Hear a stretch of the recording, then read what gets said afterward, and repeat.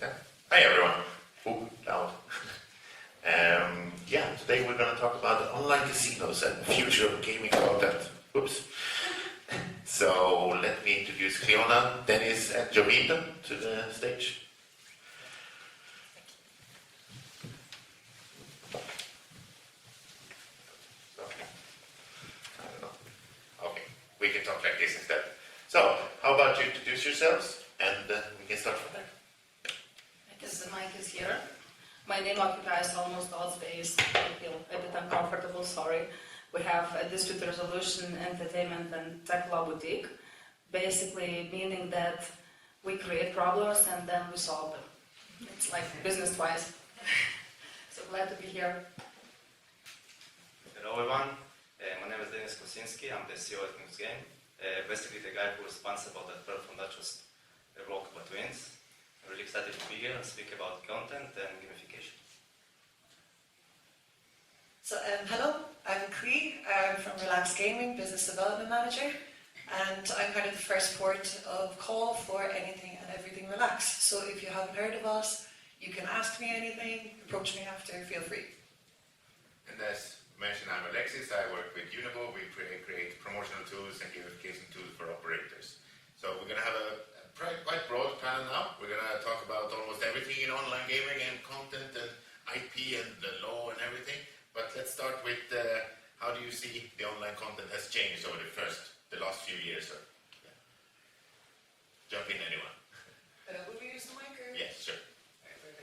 So what I've noticed myself anyway is that the attention span of everyone pretty much that has used online anything at the moment is that it's going down and down. So you want quicker kind of outcomes, that you don't want to wait any longer than you do. There's shorter videos, etc., etc. So I think the gameplay's gotten faster, shorter, and well, basically more rounds as well. As I see it, the online content is evolving with more engagement games, like crash games, that the player can actually change the outcome of the game and work with. I see probably selectively, but I see cross-industry. So what I've spotted, the successful collaborations. I mean, in many industries, I'll speak probably from many entertainment industries, what is a success these days? It's collabs, meaning that in fashion brand you would maybe see Balenciaga and something else, that's usually for China, they would like buy two brands on one t-shirt. And then in your business, it was when the cinema went to the gaming, then there were cases when you know to the gambling, then there were cases when gaming went to the gambling. So what I've spotted, so the successful collabs. Do you see a big difference in different player profiles playing different games, or is it everyone likes everything nowadays? Well, yeah, I think it's worth mentioning the kind of OGs, if you will. So if we say like, Starburst, Book of Dead, these old school ones are still played by people that have been gambling for 30 years. And that's kind of that side of things. Then how it's evolved since is, again, new mechanics, developments, etc. Well, I see also the classics, that the classics are perform the best. As we spoke earlier, it's same mechanics, different skins. And Probably no add-on from the lawyer on this. So the chances are still delivering quite a lot then. But how do you see that interactive storylines and skill-based elements? You were talking about the crash games. How will these evolve now going forward as well? So basically we've seen it also in other game providers, not only crash games. Basically if we see slot games with some journeys, that you hit some schedule and then the game is evolving. So as I see it, there will be more gamification journeys in the games, more engagement and more journey with actually story. Just, since you allowed me about the gaming and gambling, like merging, not merging, so since I attend also the gaming events, they always have, a lot of conversation about this, and some of them are for, some against, some are speaking of the loot boxes and things. So again, cross-industry comment, you can find a variety still, I think. Okay, so how important is it to know your market when it comes to your content? I saw a good thing that when China blocked US from selling meat to them, some US politicians said we should just focus on selling beef to the Indian market instead, which might not work so well considering the Indians might not eat too much beef. But how do you see actually making sure that your content is perfectly available or tailored for each market? So definitely we backed up by data. Data is key. Across every single aspect of the entire industry, I think data definitely has an input. So if something that works in the UK, quick 3x5s, even in Germany they rank as well. Whereas you have a younger kind of generation coming through in Sweden, for example. So they will be going more towards megaweight games.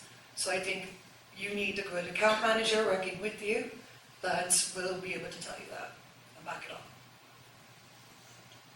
I totally agree with you. It has to be data-driven and based on player segments. If you're speaking about geo, so of course we work closely with the game providers and see how this type of game performs, and then actually show it to the players in the first lobby. So no escape to the market focus from the regulation side, because you all know that regulation is much different in jurisdictions. Lithuania is going to have from June 1 some more restrictions, and probably some of you know that these restrictions already are coming to the website of the company, which was never before, meaning that even what you put, on the website is very limited. No active banners, no shaky things, no encouragement logos.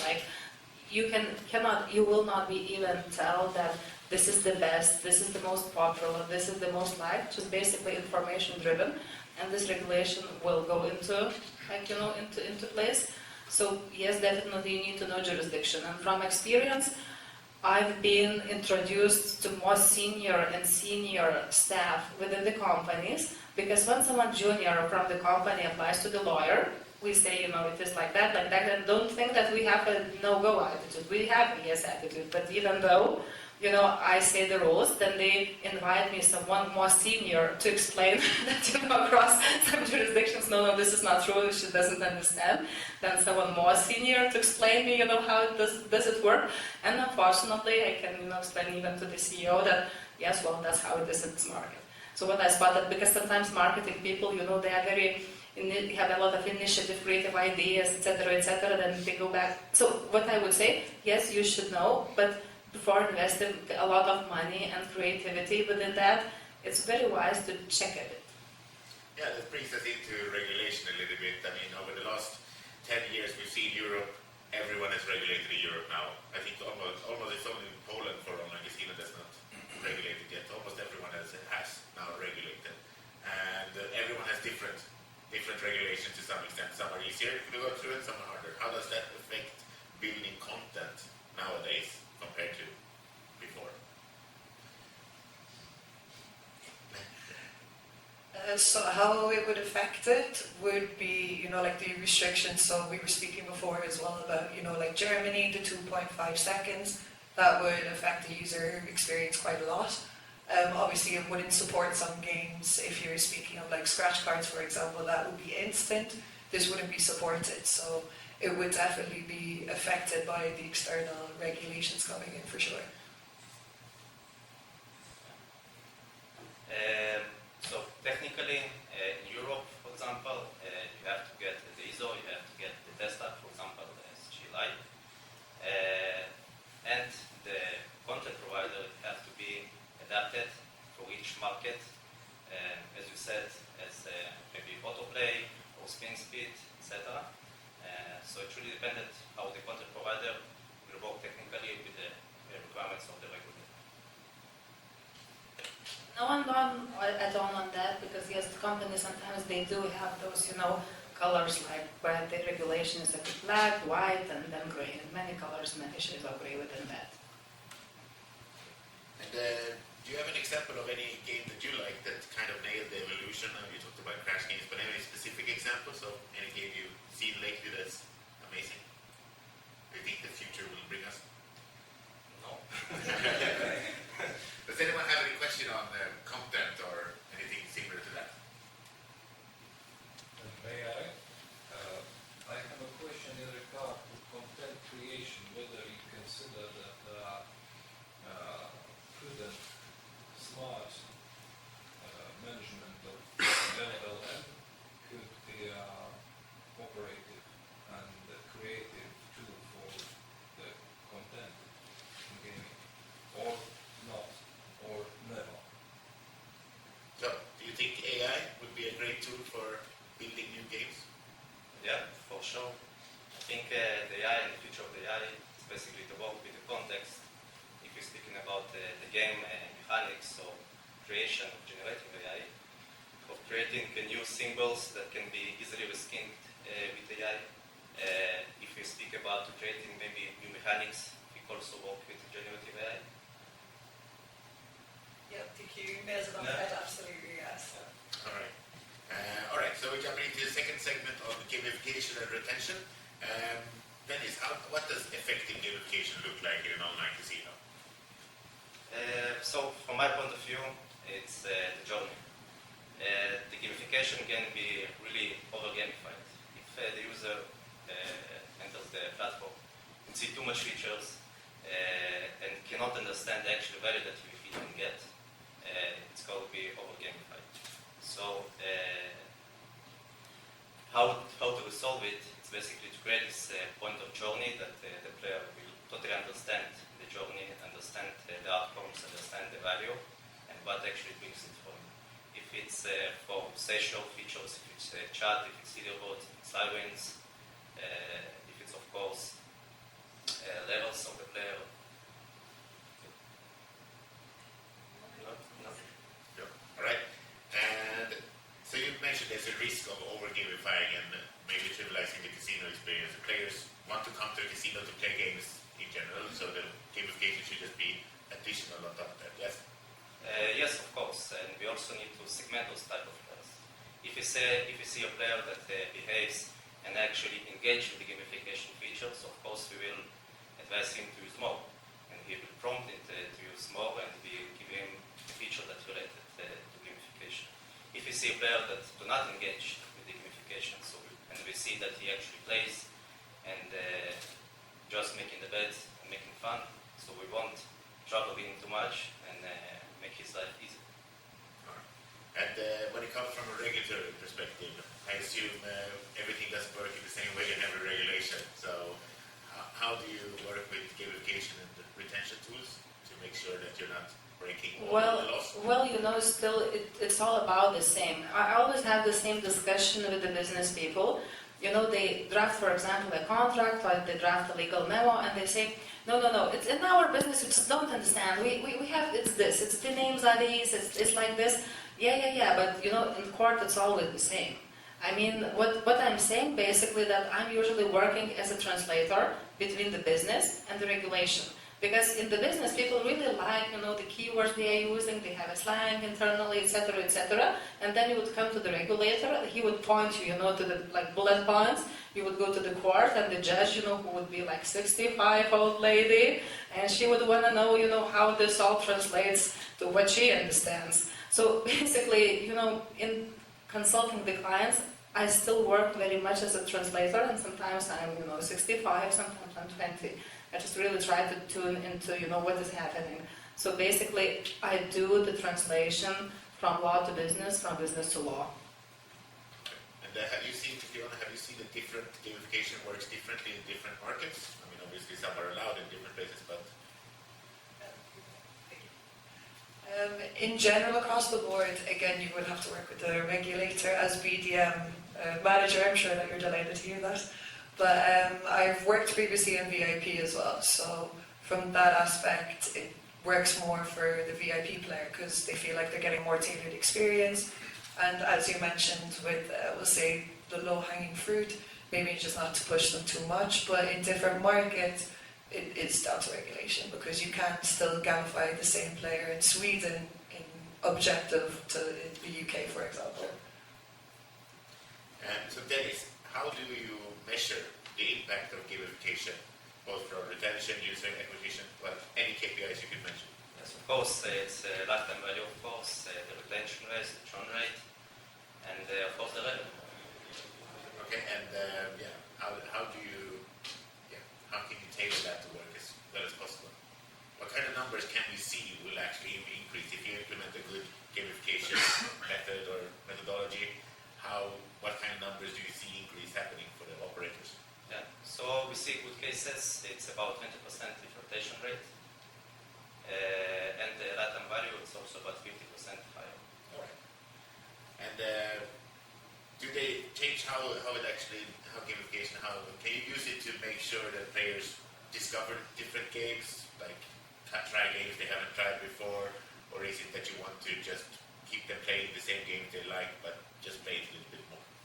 Yeah, so we use for that a recommendation engine that basically you record any player behavior in different slot games, and we take in, for example, the scatters, for example, cherry scatter in the game, or symbol, and then we had a slider that actually prompt him for selecting a new game that also has a cherry, and then the recognition of the game will be much higher than sending just another game.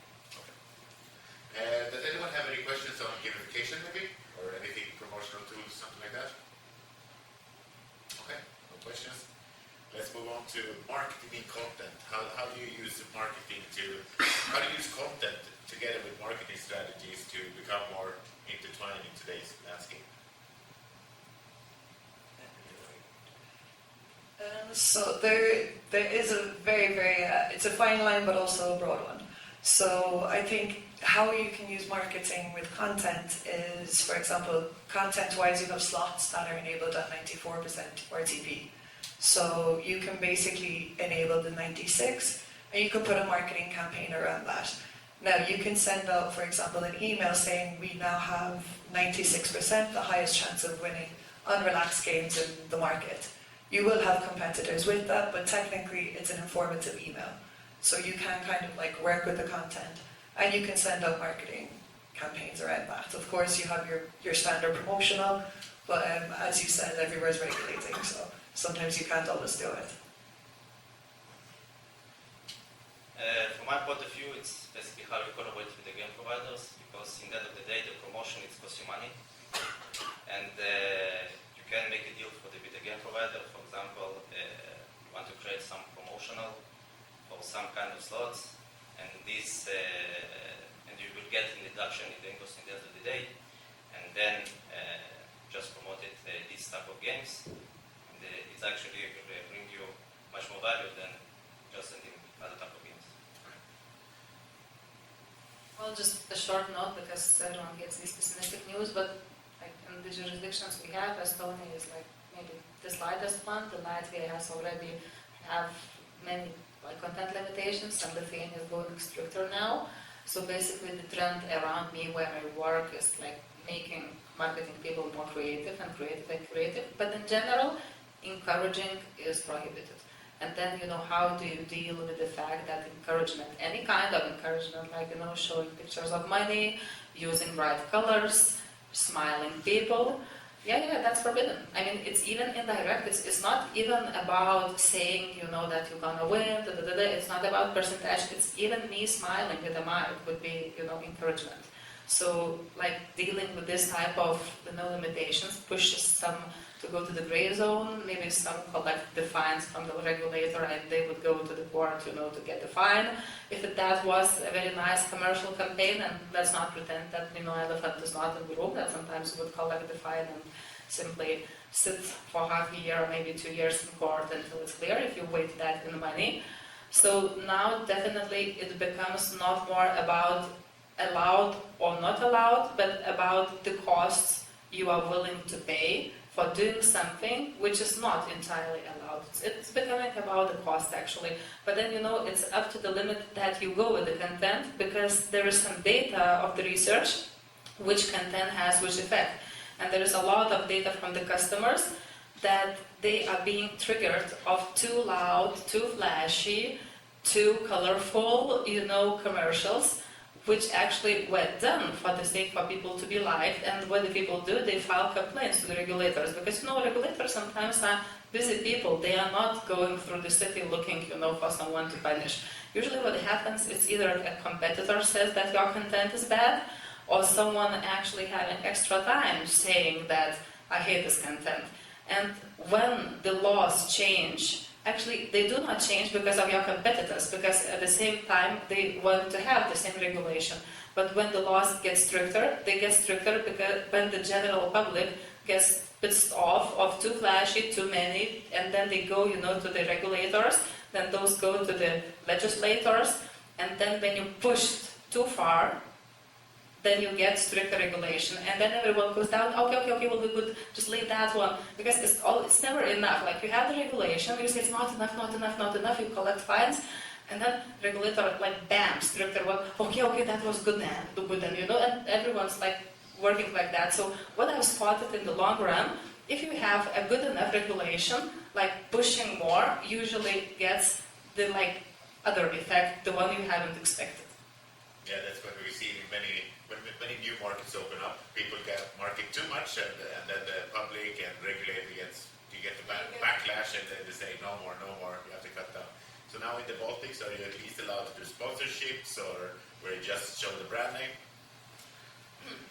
Well, we are having now a great discussion about the sponsorships with the basketball players, because we have Lithuanian League of the basketball. It's a big thing, the basketball here.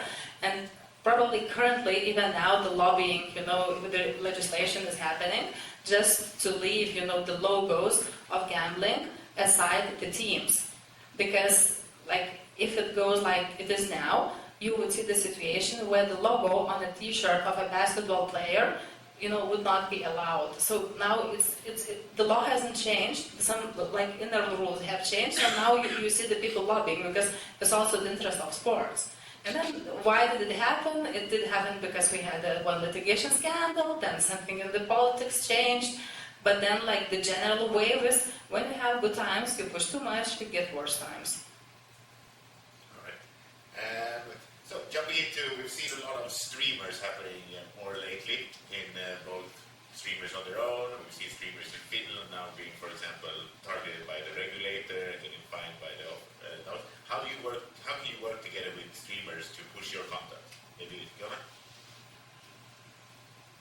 No, I think there's definitely certain markets, like Scandinavia is quite big, casino grounds have quite a big presence up there, but what we've noticed as well with our marketing team is that Brazil really responds to influencers over there. They're trying to regulate the influencers from what I can tell, but of course it's still a grey area. It's a brand new market that is being regulated.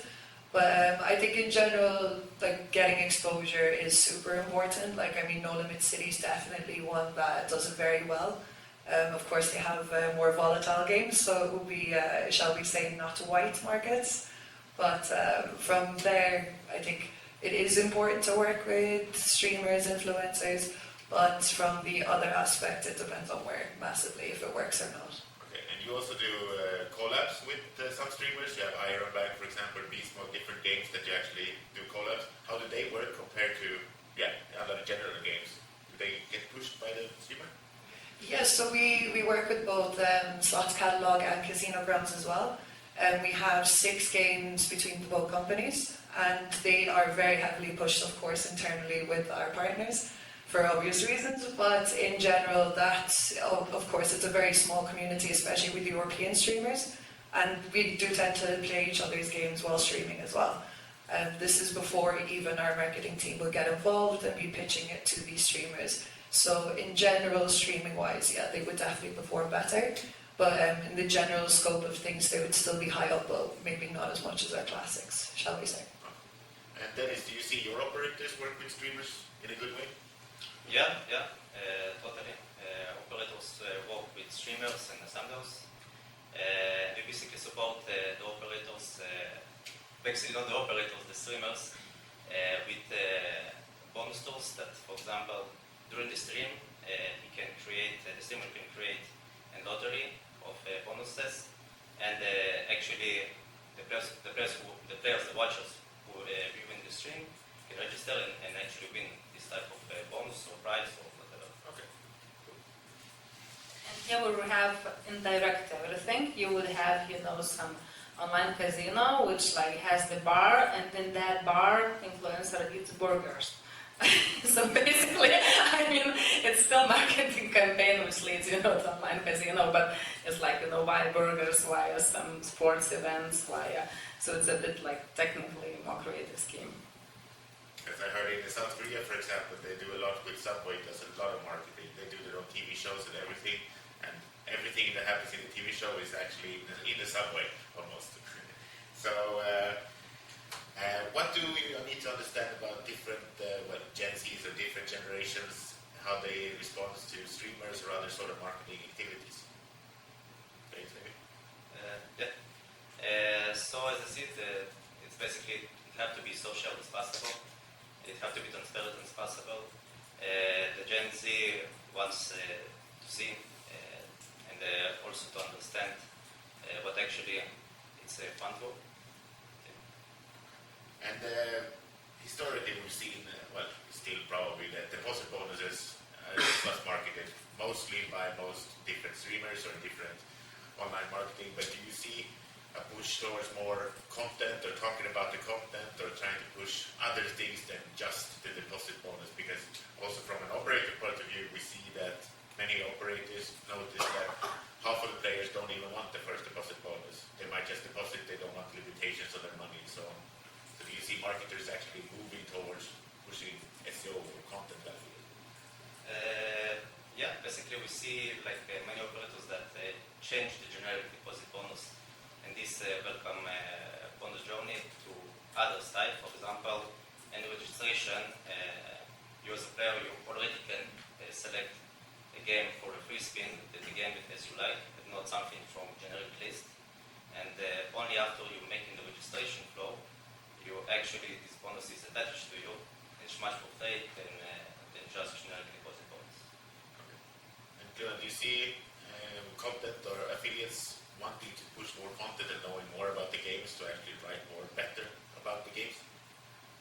So yes, I've noticed over the years as well, obviously Gen Z coming through, they kind of lack face-to-face as well, so seeing streamers, being part of that community online is something that wasn't really there before in the old school when you were playing €20 on Starburst. It's been, don't worry. But basically, I have to see a bit of a change, but in general, kind of remaining the same.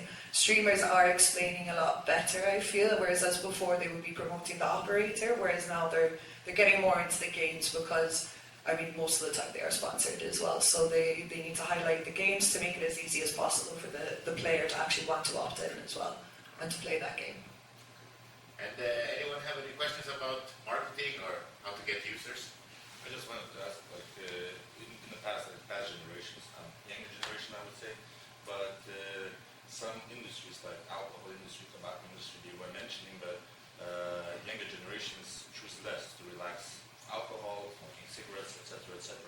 So streamers helping you to attract younger generations to gamble? Is it that the path to attract them to play? Is that the key maybe for our game? It's a very good question. I would say it's definitely an element of it. As I mentioned, more and more people are going online. Maybe instead of looking towards the alcohol, as you're saying, and smoking, that it's becoming more accessible because all you need to do is just go on any of the online platforms that do streaming and that you can just watch it, and it does help obviously with the brands if they're playing your game, if they're explaining a game that you have like our Money Train series. It would be more tempting to do that. It's more accessible to you. All you need to do is put in a website and register.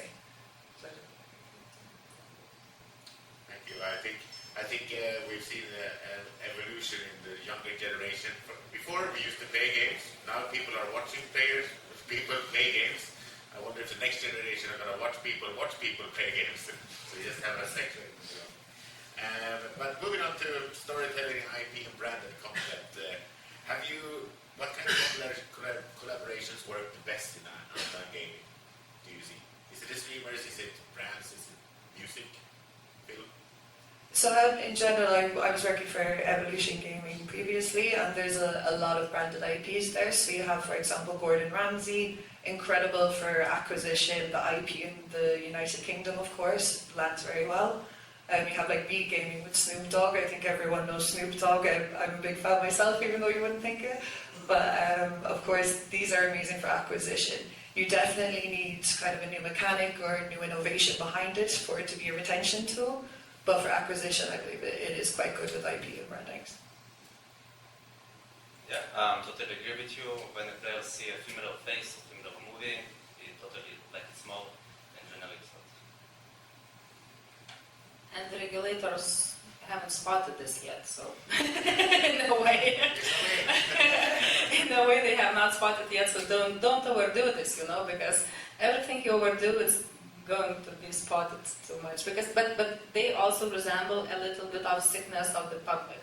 So because with the marketing you do, and then you overdo, and then you go back with something new. Okay, so you mentioned they're good for user acquisition, but do you see even retention that collab slots work better, for example, or other collab games, Monopoly Live, for example?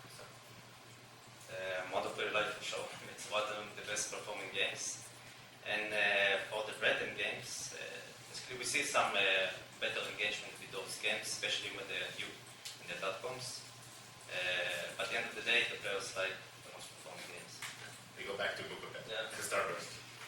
It's amazing how Starburst still keeps going. But how do you balance rich narratives with gamification? How can you push these kind of IPs? So we're creating, for example, some operators creating some quest when they want to perform and see actually how the new games are performing. So for example, you have an achievement, make a 5 spin of this game and get a shop coin that you can buy another 3 spin in the shop or in an item and basically promote this kind of journey, those games. And then the game providers will give you discounts if you help push their games this way? Yeah, for sure. All right. So that's a good thing to do then. Yeah. And from an IP perspective or from a regulatory perspective, it's okay to do these things here in Latvia, but have you noticed other areas that have been limited more? Well, I will not say precisely, but what I say that, it depends how and where you put it. Because if you're gonna put, Snoop Doggy Dogg or someone saying like play more, so in Lithuania, it's not gonna be allowed, as I said, because it's, encouragement. But if it's just a picture with the, turning slot machines, and instead of a plum or apple, you would, have a picture of someone who is recognizable, so, you can have it. So still, those rules are applied. But yeah, you can go with those. It's still about social. I mean, it's still about customer having a personal relationship with some hero or someone. So you still cannot put it on commercial on a website, but you can put it within the gaming, within gamification. So that's how it works. But then you still can't market the games themselves. No, you cannot, and it's no way around that, because here it's even word promotion is prohibited. I mean, we are not speaking about promoting, we're not speaking about encouragement, we're speaking about informing. So basically you are allowed to inform the customers via your logo that in this building or in this website there are these services or this kind of entertainment. Like the logic behind this information. And we are constantly negotiating about this, how will I put it, because when we used to have, those like sound commercials, like, gambling, and then they would put, in like one word as loud as possible, or maybe an actress would play out like an opera singer, and then they like prohibited that. Because until you do like, something like this, with the limits. So, no, you cannot, but you can still use it within. All right. And anyone have any questions on IP, brand content? Yes? Not on IP, but just in general questions about the future of live dealer. Because I say 8-10 years ago, we saw a huge spike on live dealer, new content sites like show games, which we see a huge shift in the last year. So I wonder, what are your thoughts on the future of live dealer and live casino itself? Okay, so what do you think the future of live dealer is? Marble Racing recently, right?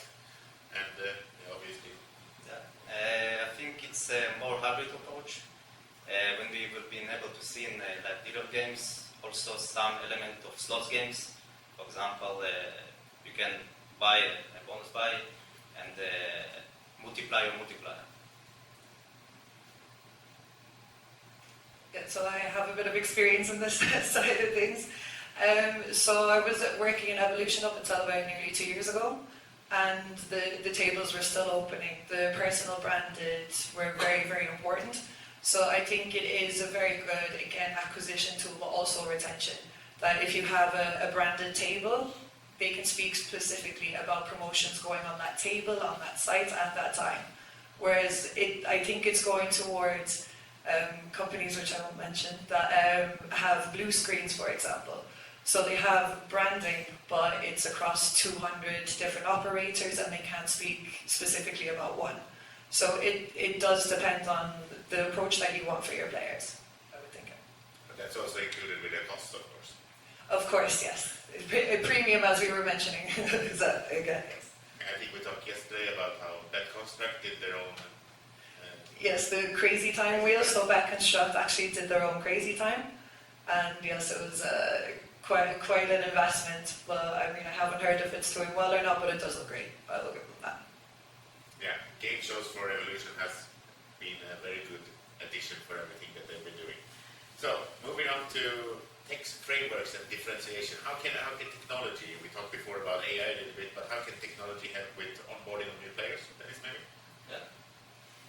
So it's AI. It's like the buzzword in the past couple of years, and the onboarding it's basically with AI. It can be personalized as possible because in today's technologies with the ML and AI, the lobbies, the content, the games, the journey can be really personalized. If it's the games, if it's the bonus they're getting, if it's the content the player is getting.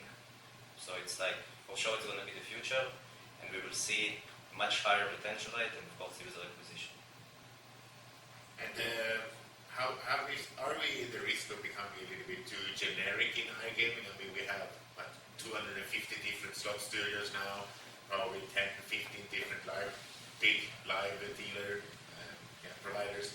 Are we getting a little bit too generic maybe? I mean, historically, for TV shows, you used to say the second season they would always do an episode with a prison break. So is it so that the slot studio now, the 10th game, will be a book of something, and then they will have a mega way slot and so on? Are we too generic? Yeah, basically it's not only the content that they have this kind of illness, it's also the website that we can just cover the logo and we will see the same layouts and almost the same journey. So the key difference here with the new technology that we have and personalized to change those layouts based on their preferences and actually cater. Yeah, it's a risk as well, right? How can you change your lobby and everything? I remember there was one site who did a sports betting lobby where they had a coupon on the left-hand side and the menu on the right-hand side, and all the players were like, ah! So you have to work with the players, right? Yeah, you have to do your A/B testing for sure, and be data-driven. And from a game provider or a slot studio perspective, how do you avoid getting too generic? So I think mentioning the operator sites are very important, but from our perspective, it is like, you know, those new ideas coming through of different themes, different franchises being created as well, for sure. Like we just released Bill and Coin this year. We have the second one coming out for all kinds as well. And how can you differentiate yourself from other slot providers without just adding more skins of different slots or adding more features? You talked about mechanics and so on. So I think it's important, as I mentioned before, data-driven from markets. So if we're talking like we're leaning more towards kind of games for Italy, for example, but what would work in Italy also can work in other markets as well. So like, I mean, Egyptian games, very weirdly work amazing. In Italy, so do like Halloween games. Blood Suckers of NetEnt is still one of the top games in the market. So these kind of themes, if you focus on these, go more towards these, towards your target market, I think helps a lot. I just had a remark, maybe more as a customer, that how not to be generic. It's about, to me, as like customer, I'm not doing gambling business, I'm a consultant. It's about authenticity, because this customer data driven, it's from bottom to top approach. Usually, actually, you're right, it does not generate something unexpected to the users, because you kind of go within their taste and you look in that jurisdiction works, maybe I'll bring to that jurisdiction, but then it lacks an element of surprise to everyone, and someone, being authentic could go different direction. For example, I would have a very clean website, the same. It seems to have like very blinky pink stuff, etc., and just have a look. They have a trend now, with like it looks like a pharmacy, more of it, and then you have, because it's an open discussion. Those marketing campaigns, and then you get something looking totally different, which attracts an attention and relatability of the customers that have never maybe thought of trying something out. So if I would want to surprise the gambling market, I would go totally opposite direction to maybe open company and try out something like not flashy. I remember many years ago now, I think it was 10 years ago, there was the one operator that tried to limit the number of games the players could see, and then you would open up new sets of games, but they failed quite quickly because you don't want to limit the players too much in what they can find on the site. So what's an example of you mentioned sex shops, but what's an example of real product uniqueness in iGaming that you've seen recently? Either with an operator, a slot provider, that makes them stand out as unique. Obviously, like a new, it's not actually so new, it's Betting In, it's a Canadian brand that performing really well, and also plan to expand this operation to be worldwide. And actually really liked the user journey that they built, that everyone spoke about it, that taking the player from the registration level to getting the bonus, and also about how they communicate with the players, that it's really personalized. So I'm really like to do it well. So there is one thing that I saw recently, we actually spoke about it previously as well, that it's the bet behind. So if you're, for example, watching people actually betting, spinning slots as you would, but you can bet like, oh yeah, they're going to win this round, they're going to lose the next round, etc., etc. So I think that's something that if they do it well, it would be incredible, but it is quite fresh, so we need to watch the space and see how it goes. And does anyone have any questions on differentiation or take or anything like that? Okay. No. Then we're almost finished now, so let's have some closing thoughts about what we think the future is going to be. So what's the next big thing in each one? What do you think the next big thing in iGaming or in regulation? So I'll stand behind what I said, behind. I think, like I said, they need to do it well. There needs to be a lot of thought around the accessibility and the ease of use, I think, mainly. But if they manage to nail that, it will be a fantastic product. I will say it again, AI. But as I see it, it's more like AI agents that will actually reduce the overhead for the operation side. If you're speaking about content generation, if you're speaking about configure features, if you're speaking about configure journeys, that will be actually based on data, and of course automated processes and workflows and operations. I have an expectation and maybe a hope that we will come to times where the involvement will be related with the pleasure of effort. And by saying the pleasure of effort, I speak of totally different direction. Then it's like the payment 2 clicks away, like gambling 2 clicks away, because I read a lot of books, scientific data, about the recent researches. We have a problem with dopamine addiction. We have a problem with too quick pleasure. So I would say the future is about the pleasure would be related to more effort because it doesn't last. Because this too quick, too flashy, it goes somewhere you need to go quicker, and then where do we stop? So I would say that the future might be with the pleasure, which would be related that you need to do something, the Pokemon, they invented the game where you need to take your legs and go out actually. So I maybe would look to that direction because all the customers say we want faster, better, faster, but I don't think this is going to last. I think after the gym you put some effort and there's a pleasure. So I would go for the pleasure that is related to effort. And what is one thing that you see that you think is outdated in online casino that you think should be phased out or at least not being pushed anymore? I think the welcome deposit bonus. Yeah. Yeah. How should they do welcome offers instead, promotions instead?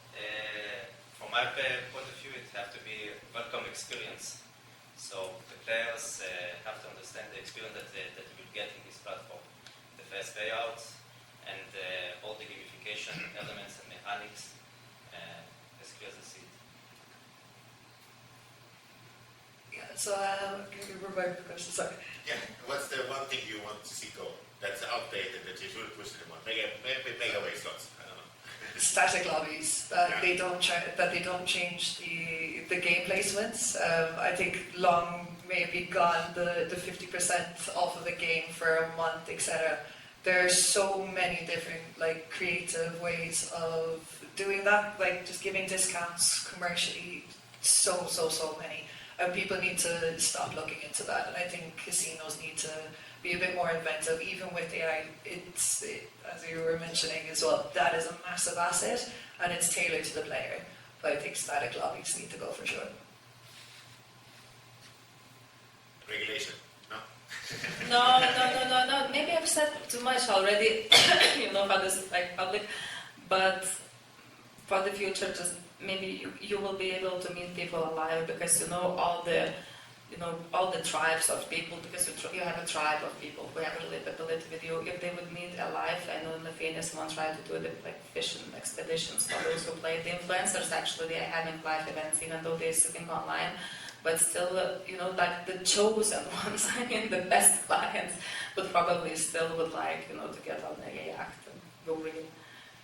Yeah, back when I was an operator 10 years ago, we used to do the European Championship of Roulette, where we brought 300 VIPs to one place and did a roulette tournament with everyone, and they thought it was amazing to actually meet other gamblers, talk about the things that they like, because normally you can't really talk about that in normal society because it still has a taboo, right? You don't go out and tell I gamble 10,000 euros every month or something like that.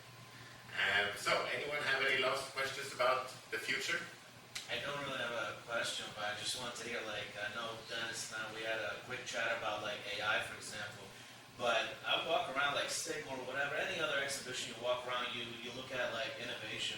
What about VR? We talk about AI, but, VR, and if you combine all these factors together, what's stopping an operator from not integrating into the new Grand Theft Auto game? You have streamers streaming these games, but in Grand Theft Auto, you're allowed to murder people, go to the strip club, you're allowed to open an OnlyFans account, gamble there. Why can't you have Monopoly Live or Crazy Time in one of these casinos? You can become a VIP player literally in Grand Theft Auto. So let's say Twitch decides to, I don't know, let's say there's some regulations now that streamers cannot stream, they can't do affiliation. What would stop them from streaming video games? I mean, it's technically from a video game now, right?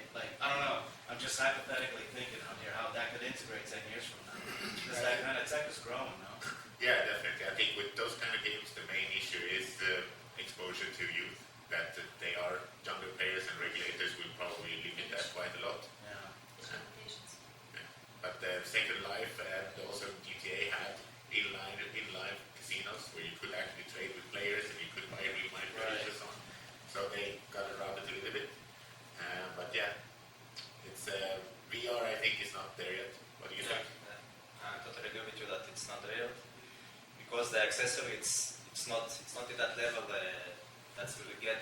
while that you have a really good experience with your phone, but you were taking this in your head, and after that you feel fizzy. So I don't think it's there yet, but it's definitely maybe the future.